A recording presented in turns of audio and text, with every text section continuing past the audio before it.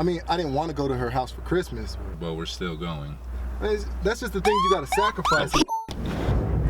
I'm not supposed to be driving, bro. Why not? My license is suspended. Okay, just chill out. It'll be all right. Quick, throw this out the window. Is this weed? Just throw it out the window, man.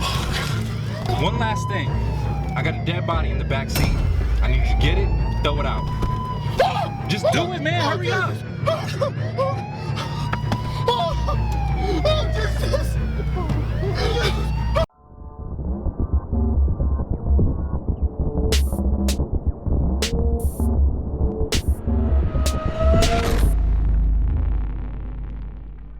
We're gonna start by right-clicking in an empty space and creating a new solid, and we'll make this one blue. We'll just call that blue, and we'll hit OK.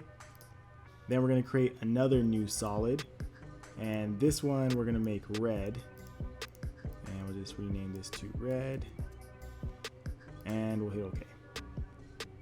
So for now, I'm gonna turn off my blue layer. And in the effects and presets panel, I'm going to search for the strobe effect, the strobe light effects. And we're going to adjust some settings here. So the first one is going to be the strobe duration. We're going to change this to 0.10. And then for the strobe period, we're going to set this for 0.45. And then the strobe probability, we're going to set this to 6%. The last thing we're going to change is the strobe. We're going to change it from operates on color only to makes layer transparent. And so now we can kind of test out how our strobe is looking.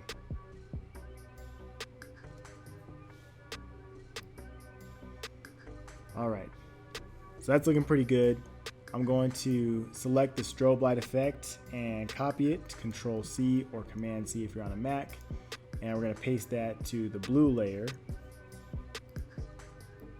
And then we want to offset these layers just a little bit.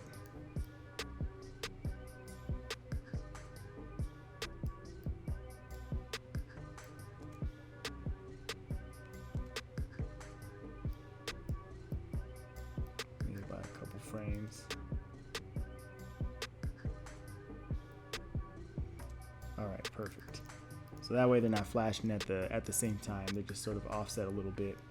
So now to make this actually look like lights shining on them, I'm going to start off with the red layer. We're just going to use our ellipse tool and we're going to create a mask.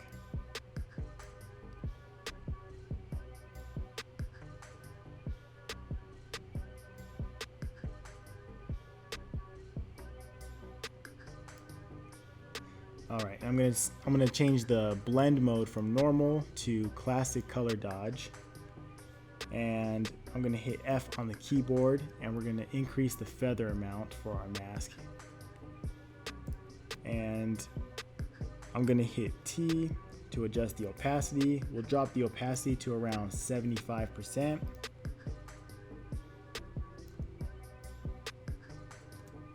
All right, so that's subtle enough look like light shining on our actor here. We're gonna do the exact same thing for the blue layer. So we'll start off by hitting T. We're gonna change the opacity to 75. And I'm actually gonna just copy the mask over for my red. So I'm gonna hit M to bring up my mask. Select my mask, we'll hit Control C or Command C if you're on a Mac, and Command V. Paste that right over to our blue layer.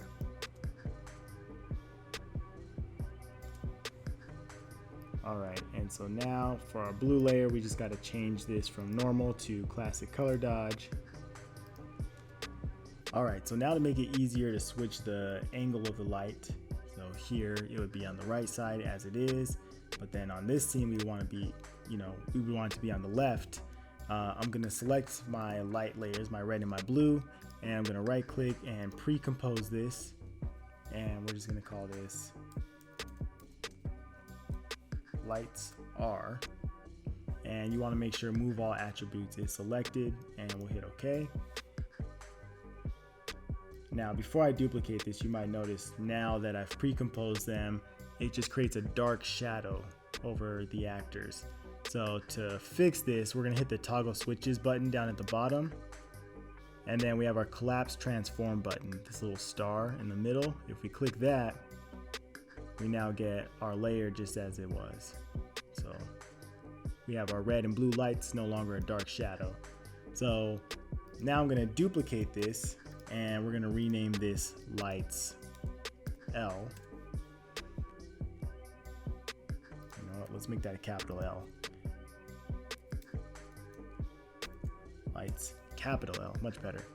And we're gonna right click and choose transform, and we're gonna choose flip horizontal. So now it's on the left side, and I'm just gonna switch between these two clips based on the angle.